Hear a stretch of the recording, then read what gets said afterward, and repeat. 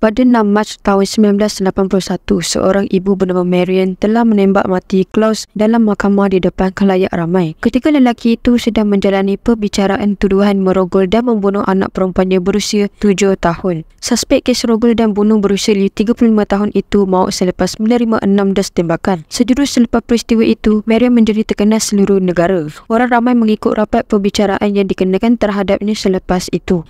40 tahun kemudian, kes itu masih segar dalam ingatan orang ramai. Media Jerman menyifatkan peristiwa itu sebagai kes menegakkan keadilan paling hebat dalam sejarah pasca perang di Jerman. Sebelum dinobatkan sebagai ibu pemalas dendam, Mary merupakan seorang ibu tunggal yang bergelut meneruskan hidup dengan bekerja dalam sebuah pub di Lübeck, sebuah bandar terletak di barat Jerman. Dia tinggal bersama anak ketiganya, Anna, selepas 2 orang lagi anaknya telah diserahkan menjadi anak angkat. Anna diceritakan sebagai seorang kanak-kanak yang periang dan berfikiran terbuka. Namun sebuah tragedi menimpanya dan dia ditemui mati pada 5 Mei pada tahun 1980.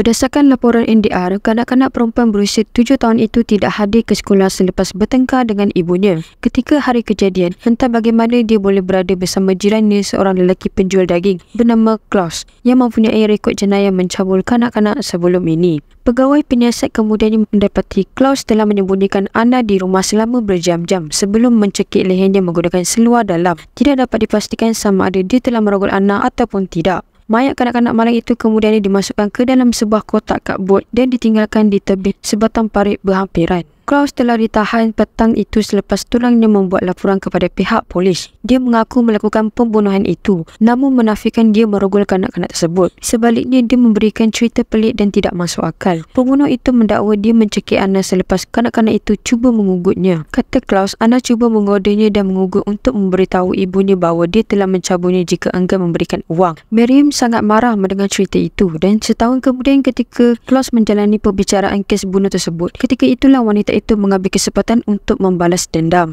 Perbicaraan itu mungkin sangat menyakitkan hati Miriam. Pihak pembelaan mendakwa anak guamnya bertindak demikian kerana ketidakseimbangan hormon. Akibat rawatan hormon diterimanya selepas secara sukarela dikembiri beberapa tahun sebelum itu. Ketika itu, penjenayah seksual di Jerman biasanya akan menjalani proses kembiri bagi mengelakkan jenayah berulang. Namun ia tidak berlaku kepada Klaus. Sebaliknya, dia dikembiri atas kerelaannya sendiri. Ketika hari ketiga perbicaraan berlangsung di mahkamah daerah Lübeck, Miriam menyeluk dan mengeluarkan sepucuk pistol dari beg tangannya sebelum menarik picu sebanyak 8 kali. 6 daripada tembakannya terkena Klaus dan lelaki itu mati tersembam di lantai mahkamah. Seorang doktor yang menjalani pemeriksaan memberitahu mahkamah bahawa Miriam telah diminta menulis di atas sekeping kertas bagi tujuan pemeriksaan. Ketika itu, dia menulis, "Ibu lakukan ini untuk engkau, Anna," dan dia turut menghias tulisan itu dengan 7 lukisan hati, mungkin bagi mewakili 7 tahun umur Anna. Ketika memberi keterangan di dalam mahkamah, Miriam berkata ketika itu dia tahu Klaus akan memberi kenyataan dan dia tidak sanggup mendengar penipuannya. Miriam ketika itu menjadi tumpuan orang ramai. Kes perbicaraan yang mendapat perhatian antarabangsa kerana tindakan kejam meletakkan undang-undang di tangannya sendiri. Majalah mingguan Jerman telah menerbitkan beberapa artikel tentang perbicaraan itu dengan menggali lebih mendalam tentang kehidupan Miriam sebagai seorang ibu tunggal yang bergelut demi kelangsungan hidup. Miriam dilaporkan telah menjual kisahnya kepada majalah berkenaan dan menerima wang bagi menampung kos perundangan sepanjang perbicaraan itu. Majalah berkenaan menerima sambutan luar biasa dari kalangan pembaca. Ramai pihak yang bersimpati dengan nasibnya namun mengecam perbuatan kejam dilakukan itu. Selain itu, kes tersebut turut mencetuskan perdebatan perundangan yang hangat sama ada tindakan itu boleh dianggap sebagai pembunuhan atau membunuh tanpa niat. Kedua-dua perbuatan jenayah itu membawa kepada hukuman yang berbeza jika sabit kesalahan. Beberapa dekad kemudian, salah seorang rakan Miriam telah menerbitkan sebuah dokumentari berhubung kes tersebut dan mendedahkan bahawa dia pernah menyaksikan Miriam menjalani latihan sasar menembak dengan sepucuk pistol dalam bilik bawah tanah di pub tempat dia bekerja. Mahkamah akhirnya mensabitkan Miriam atas kesalahan membunuh tanpa niat dan menjatuhkan hukuman penjara selama 6 tahun pada tahun 1983.